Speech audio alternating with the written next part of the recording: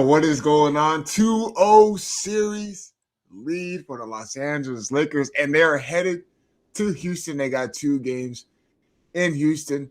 And honestly, the fact that we are here at this point and the Los Angeles Lakers have a 2-0 series lead without Luka Doncic and without Austin Reeves, it's looking really good.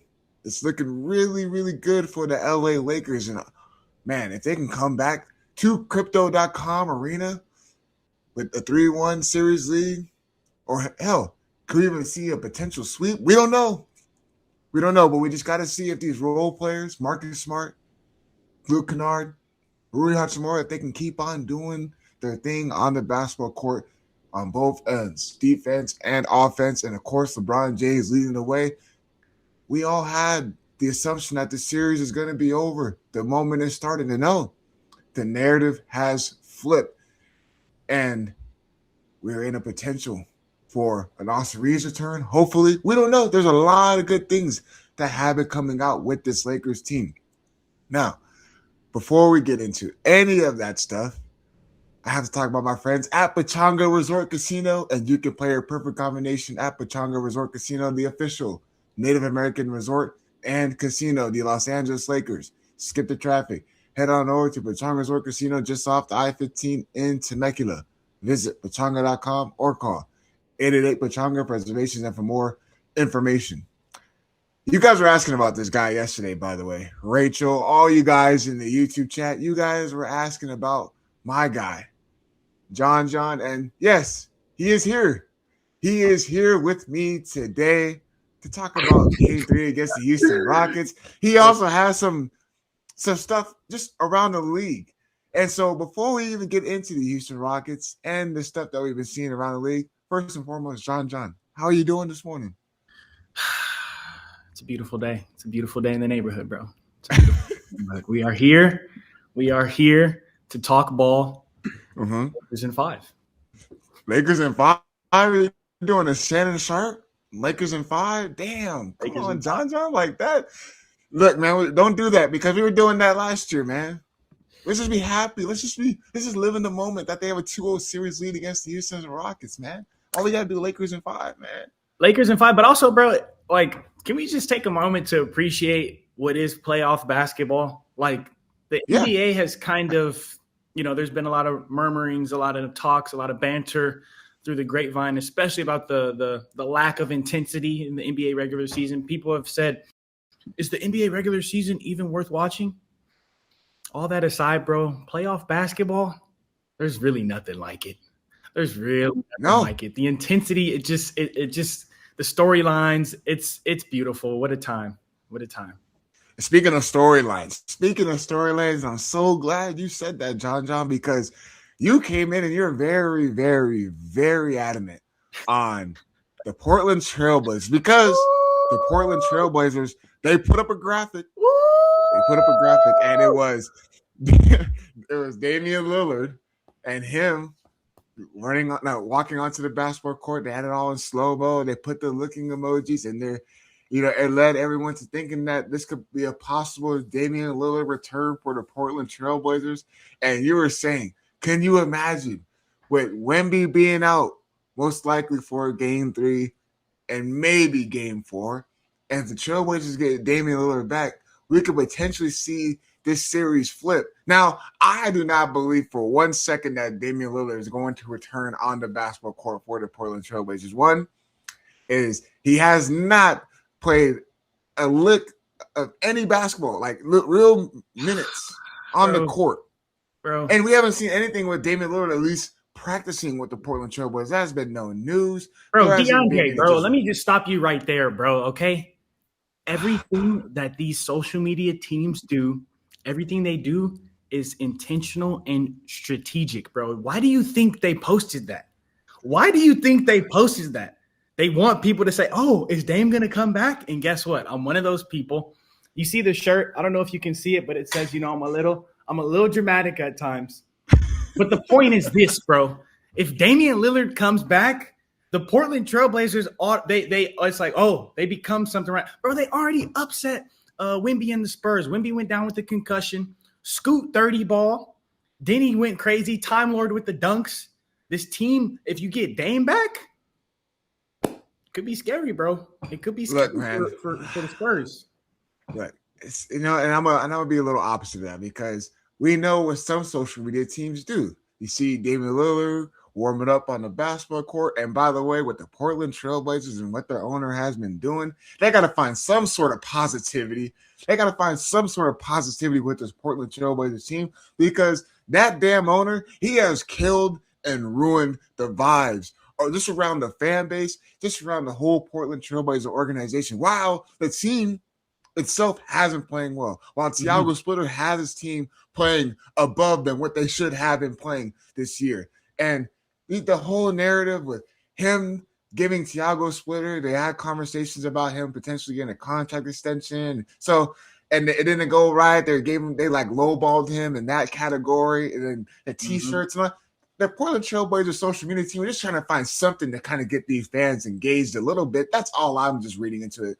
And you're saying that the Trailblazers might have a chance if Damian Lillard comes back. Look, man, Damian Lillard is not coming back, bro. Bro, so that's how you feel. We got B Kush 8 in the YouTube chat. Dame ain't coming back. Just stop it. Bro, but what if it's possible? Look, a wise man once said, would you believe me if I told you it was possible?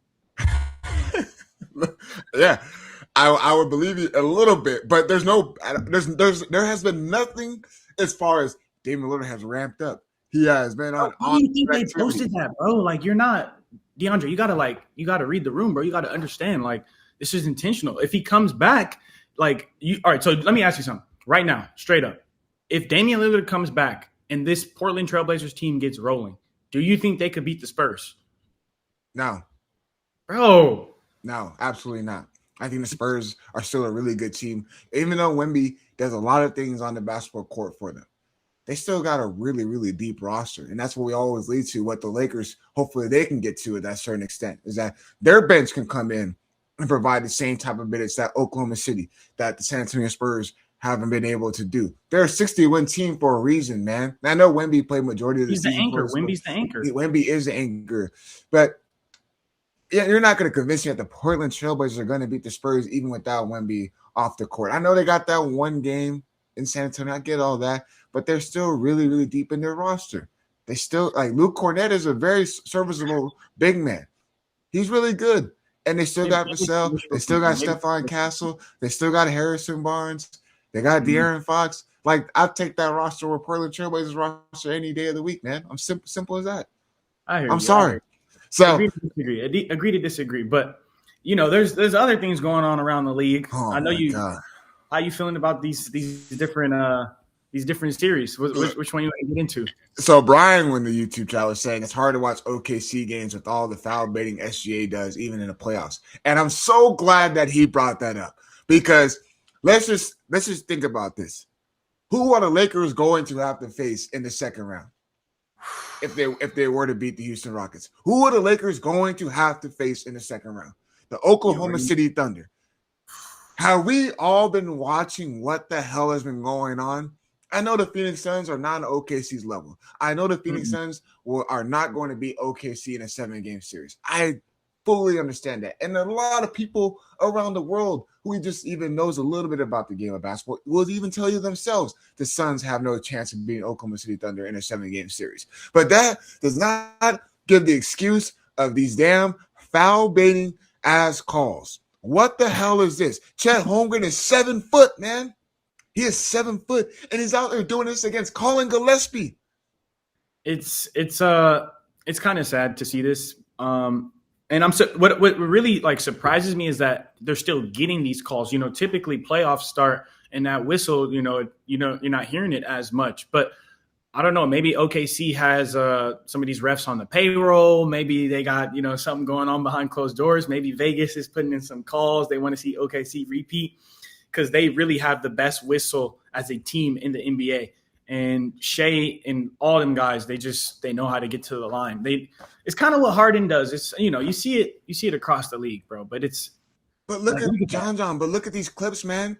Also, Iguodala's out here just trying to box out, and Chet Holmgren flails his whole body. And bro, he didn't even get hit in the face, and he's reaching for his jersey and puts it over his mouth. Bro, you didn't even get hit in the face, man. Like, what are we doing? And then there's one specific play where Devin Booker got fouled. The ball is going out of bounds. He's saving it. Whistle gets blown, and Alex Caruso is signaling to the referee. He is signaling to the referee, man, tee him up. For what? Where the hell is it? Where the hell is a technical foul? That is, I mean, why are we even giving that even gratification? Like, come on, man. Like, I get it. Oklahoma City check on this. That's crazy. But where was the Denver got fouled? All he did was save the basketball because you were taught as a basketball player to play through the whistle. Mm-hmm. You don't hear the whistle blow, you play through it. Mm-hmm. And Jay Williams was over the side in his feet. It was a blocking foul. And all of a sudden, Alex Caruso is literally over the technical foul. For what? Where's the technical foul at? It's like, why are we in favor of these calls? The one that was just really, really egregious is that Chet Holmgren leaning into him foul. Bro, you are 7 foot. You are a 7 foot big man doing a lean-in foul, a hardened foul against Colin Gillespie. Why are we rewarding that? That makes no sense. And this is why I'm bringing this up, because I'm telling you right now, if the Lakers do end up winning this series against the Houston Rockets, which we'll get into more on the other side. We'll get into that on the other side. Which we'll get into more on the other side. And they match up against Oklahoma City Thunder. Please, I'm like going to be begging, allow these players to play through it, because there shouldn't be a moment that we should be sitting there. Come on, man, what's up with these whistles, especially against the Lakers team? Like, I get it, the Lakers team, they get their free throw line a lot, but let's be simply realistic. Do we ever have a moment where we say, "Damn, Luka Doncic flopped"? Oh, damn, Austin Reeves flopped. LeBron James flopped. Deondre, I may have to, harshly disagree with you here. The foul baiting though, John, like, listen, bro. I think no. Just hear me out, bro. This is not something that's only going on in OKC, bro. The whole league, the whole NBA does this, bro. This is just the way. This is the nature of the game. You brought up James Harden. People were doing it before him, but in this era, he really, ushered it into another level. Luka does this, bro. We covered the Lakers. We've seen him play. Luka does the little pump fake, lean into someone, or, Austin Reeves does the scoop up and under. They do it. Everybody does it. All the great players manipulate the offense to get to the line. But the problem is the refs rewarding that every play. You get what I'm saying? You're going to see it. You're going to see it. It's not going anywhere. It's the nature of the game. It's IQ, getting to the free throw line, getting easy points. It's just how often are we going to blow the whistle and let this happen? You feel me? But think about it, though. How many games were we sitting there saying, damn, the Lakers are foul bait? The Lakers were just seeking for fouls. How many times have we seen an actual moment where one of the, like DeAndre Ayton or LeBron James are getting boxed out and they're flailing their body on the floor? Luka Doncic, I know he gets to the free throw line a lot. I know Austin Reeves, I know they do it here and there at certain points of the game. And all I'm just getting at is, it's not like they're doing it for the course of the entire basketball game. Like, Luka Doncic gets tough buckets, man.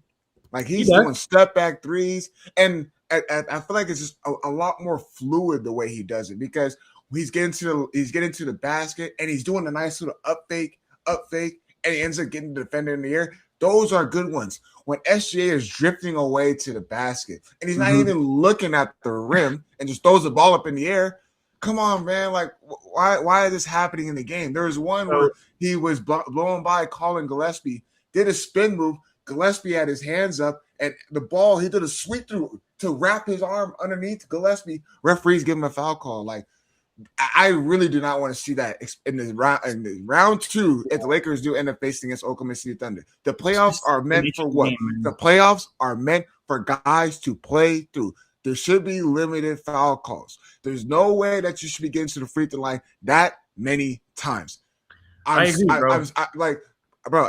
I'm serious. I'm really upset. I'm really bothered by this, because NBA playoffs are known for being a lot more physical. They're known for the referees not to give you the same type of foul calls that you would be getting in a regular season. The playoffs are meant for players to dictate the game. You cannot allow referees to dictate the game. The referee's job is to keep things under control. And the players should be able to dictate basketball games, not being able to get these egregious ass foul calls. I agree, D, but this is the nature of the game, but we'll get into it more on the other side for sure, Yeah, for sure. And I know you guys in the YouTube chat were probably sitting there like, damn, what is going on? Why are they just spending time on this? Because we're going to get to Lakers basketball. There's plenty of time. We got the whole second half to talk about Lakers versus Rockets game number 3. But before we do any of this, you guys know, I've let my partner Type of Tongue give you guys a quick word. At Pechanga Resort Casino, you can rock and roll, sip and slide, twist and shout. Play your perfect combination at Pechanga Resort Casino, official Indian gaming sponsor of the Lakers. What is going on? Welcome back to Lakers Talk Daily. The Lakers are getting ready tomorrow for the game against the Houston Rockets, game number 3. And to help me talk more about game 3, you guys are very, very familiar with this guy. Rachel, everybody in here was asking about you, John. And so, with that being said, your overall thoughts on how this series has gone for the LA Lakers and what you have been seeing that has been working. And if you have something else that you feel like the Lakers could get better at, please elaborate for everyone tuning into this episode. First and foremost, D, always a pleasure to hop on Lakers Talk Daily. Thank you for having me. Thank you to people in the YouTube chat for tuning into this show. Bro, it's a great time to be a Laker fan. This team, in my opinion, is kind of overachieving given everything that's happening. Like AR went down, Luka went down. People were kind of distraught. Lakers fans far and wide were like, what is this season going to be? How are they going to look against the Rockets? Game 1 happens. KD's out. LeBron goes crazy. Luke Kennard goes crazy. DeAndre Ayton has a great game. Marcus Smart has a great game. Laravia playing defense. Rui Hachimura chips in. We're feeling a buzz in the city right now. It's great, bro. Everybody is hooping. Kennard is really impressing us. Next game, game 2, at home. You were there, D. You already know the vibe. The Lakers handle business again at home. Now we're going to have a real test on the road. That's when the playoffs start, they say. They say the playoffs start when you get a win on the road. So if the Lakers can go up 3-0, bro, there's no feeling better. Lakers fans and the team, we're going to be riding off with high energy heading into facing OKC. But that's like the type of vibe you want. You want to, knock out Rockets, get your guys healthy, get some confidence, and then go and face OKC. And we can see what happens there, bro. It's playoff basketball. Anything can happen.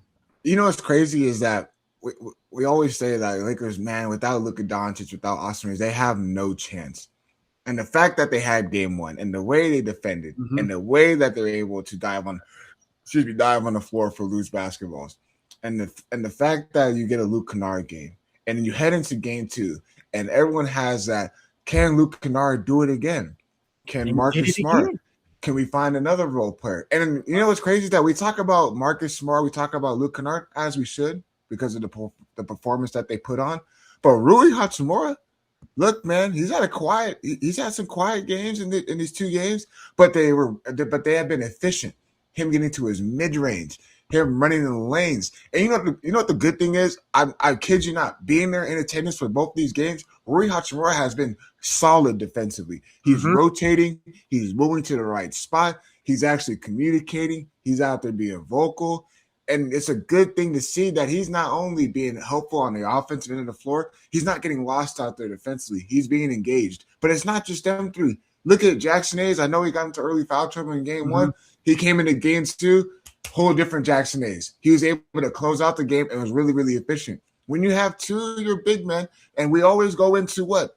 Lakers needed 2 big men that have been what? That can be helpful on rim protecting and rebounding. And the fact that both of them combined have held Alperen Şengün to 5 of 17 shooting, you're doing your job as a big man. You are doing your job. And just real quick, we just got to say, we have to say it. The fact that I think the motivation was extend the series, right? Okay. Then the next motivation was, okay, so AR can come back possibly, yes. Extend the series so we can get a potential possibility that Luka and Osprey, if not both, either one of them can return in this first round matchup against the Houston Rockets. Mm-hmm. You know what the motivation should have been? And it just clicked to my mind after seeing JJ Redick's post-game press conference saying that no one had us winning this series. No one even thought that we could compete. That's your motivation right there as a team. Oh, see, you don't think that we can compete? Yes. You don't think that with Luka Doncic and Austin Reeves that we can't go out here and compete with the Houston Rockets team, who we have shown early success on in the second half of the season? Granted, we had Luka Doncic. Granted, we had Austin Reeves. But the way we defended, you don't think we can translate that? I think you bring up a great point, dude.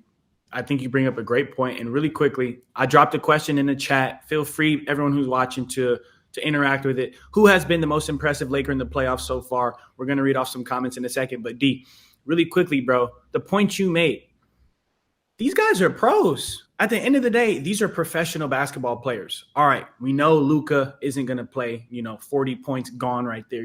AR isn't going to play Mr. Consistent offensive leader himself. But, the question becomes, who's going to answer the call? Who's going to step up? And thus far, other guys have stepped up. Shout out to JJ Redick. I'm really, he's grown on me as the coach of the Lakers. I think he should be the coach of the Lakers for the foreseeable future. We don't need to have a two-year new coach. No, we need to have some time, let him build a culture, let him, create an identity for the team. And thus far, bro, he's created an identity of grit, and these guys are stepping up. So I love to see it, man. I love to see it. And honestly, just speaking on JJ Redick, and he's getting the most out of his guys. And we went last year to the playoffs, and he only could trust 5 guys, which you can kind of understand both sides. You can understand why he didn't want to roll the dice, and why he only trusted 5 guys. But at the same time, it's like, look, man, you got to be able to trust somebody in your rotational guys, because fatigue is a real thing, especially in the playoffs. You got to give your guys some rest. You got to give them a chance to get off the basketball court, get some rest, hydrate themselves. All those different things matter. But he just couldn't go deep into the roster like he really, really wanted to, because we were seeing now he's going 7-8 guys off the bench. Hell, we're seeing Bronny James get a little bit of minutes, which I'm glad. I'm glad that he's pulling him out early, because there's moments where you see oh, Bronny, come on, man, come on, So D, the thing that is always important to keep in mind, right? Playoff basketball, I'd liken it to boxing. Styles make fights, matchups make fights. Right now against the Rockets, we're seeing a lot of guys. He's going deep into the rotation. Jackson Hayes getting PT. Vanderbilt is out there shooting threes. Laravia's obviously. He should not be shooting threes. He shouldn't. When he makes one, we're going to be happy about it. But with that said, and, maybe this is a little bit looking too far into the future. But, as the shirt says, I'm a little dramatic. So I like to be dramatic. I like to look into the future. If the Lakers take on OKC, do you predict JJ going this deep into the bench? Do you think he'll tighten it up? Maybe I'm speaking a little too far ahead. But okay, so I feel like with the way Houston Rockets are and the way that they play offensively is it's clustered what they do offensively. When KD has the ball in his hands, and as soon as he gets that double team, you got to see the spacing on the basketball court with the Houston Rockets. It's Tyree Easton at the top of the key. It's Armin Thompson at the short corner at the block. It's Alperen Şengün at the other block. And it's like this. Lakers are able to defend that. It's easy to defend in basketball.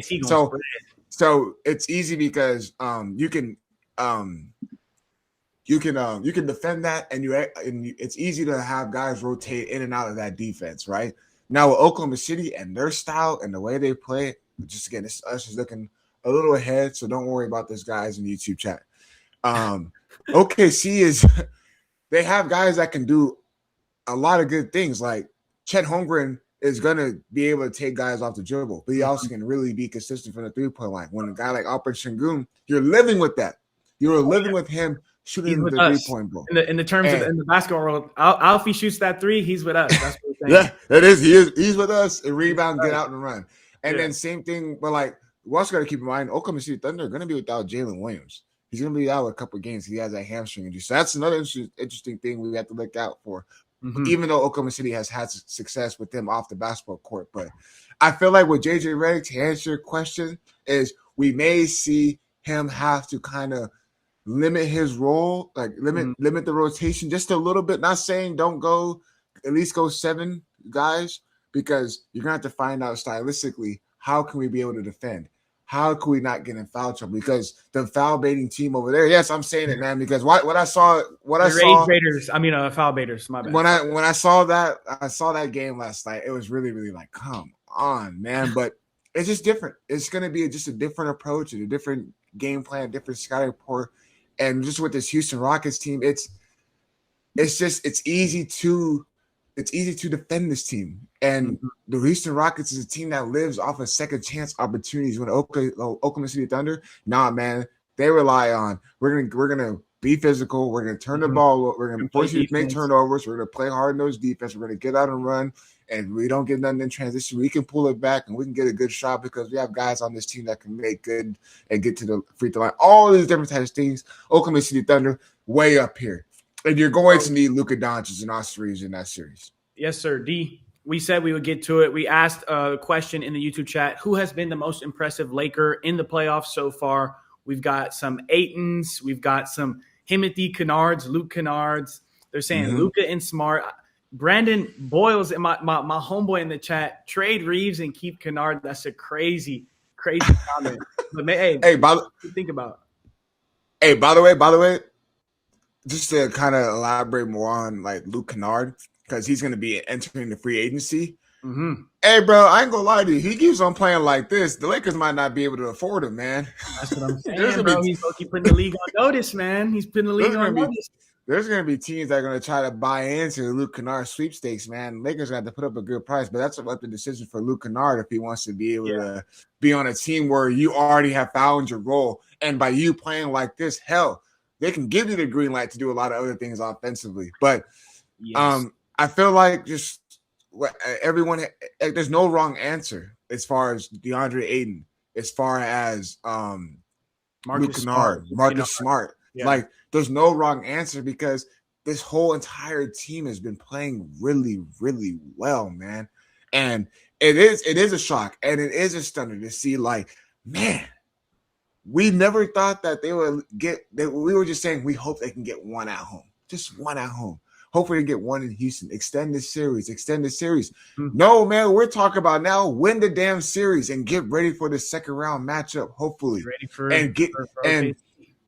And you know what? It's going to be a grind. It's going to be a battle when you go into Houston, man, because I'm telling you right now, Kevin Durant is going to be – who knows, bro? Who knows? I have a feeling that Şengün's not going to be playing like how he did in these 2 games in LA. So, D, this brings up the great question I want to ask you. What are the Rockets thinking? What is Ime Udoka and his staff? What are they going to change? You know what they need to change, man? First and foremost, they got to find some sort of chemistry on this team. It's too late to even say that, especially being in the playoffs. But you just got to look at 2 sides of the benches, all right? The Lakers, everyone's engaged. Everyone's in the huddle. You got your coaching staff huddle up there drawing the players on the clipboard. You got LeBron James sitting there. On the bench. There's energy. There's clapping. There's energy. Luka Doncic is high-fiving, handshaking. Austin Reeves high-five, handshaking. They're engaged. They're standing up. All these different types of things. You know what? You look at the Houston Rockets side of the bench, you see Alperen Şengün. He's sitting there yelling at Tari Easton, excuse me. Like, come on, man, be in the spot. Kevin Durant, Reed Shepherd takes a pull-up 3-point shot, which in today's game, that's expected, if we're being honest with you. A pull-up 3-point ball, for some reason, I don't agree with it. That is the style the NBA is today. Kevin Durant, who was on a heater and was clicking in that first half, his thought process is, bro, we have a 3-on-1, pass the rock. And you can see him signaling that, pass the rock. Yeah, I saw that video. I know exactly which one you're talking about. And then you see on the other, and then they go back offensively in the second half, and Kevin Durant, again, just trying to find a rhythm. And Ahmed Thompson is getting late into the shot clock, trying to go on one-on-one. Ball goes up in the air. It's a break shot. And Kevin Durant is signaling like, bro, you got to pass the basketball. And you can just see it. And I think what Ime Udoka is going to have to do, and as far as if he wants to get adjustments, but you got to find some sort of way to figure out what as soon as Kevin Durant gets double, how are you going to find some sort of spacing? Because there's no sort of spacing. But as a Lakers and as what we want, because we want the Lakers to advance. Lakers Houston Rockets, keep on doing the same damn thing for us.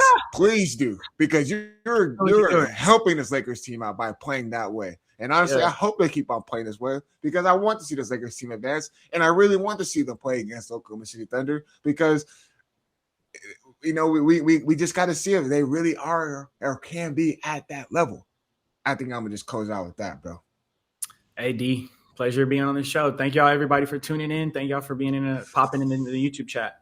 And just like Peter said, win or lose, Lakers defense can't let up from here on out. Everyone needs to rotate. And then just to kind of see one more, all you guys in there in the YouTube chat, role players will hit more shots for the Rockets. Lakers have to be ready for that and stay locked in. And that is so true because guess what? In Houston, there might be a Tari Eason moment where he's hitting 2, 3, 4 more 3-pointers than he was in LA. There might be a moment where Reed Shepherd gets clicking. It's always going to just be dependent on, can this Lakers team, can they just stay calm? Can they stay composed? Can they make the necessary adjustment, which JJ Redick has been doing in game situations, besides Ime Udoka, who has his stubborn ways. I see it. I see it right now, John. All we are waiting for now is just game number 3, brother. Hey, game number 3. My final thoughts. Would you believe me if I told you it was possible? Oh, here we go. But for you guys in the YouTube chat, thank you guys, as always, for tuning into Lakers Talk Daily. I hope you guys enjoyed our rant with this damn Oklahoma City Thunder. John thinks Damian Lillard is going to return. I don't believe it. My guy Tim Brooke back over there running down the operation. As always, game 3 is tomorrow. Break down some more of that for tomorrow's episode. But as always, you guys have a great rest of your day. I'll see you guys tomorrow. We out, baby.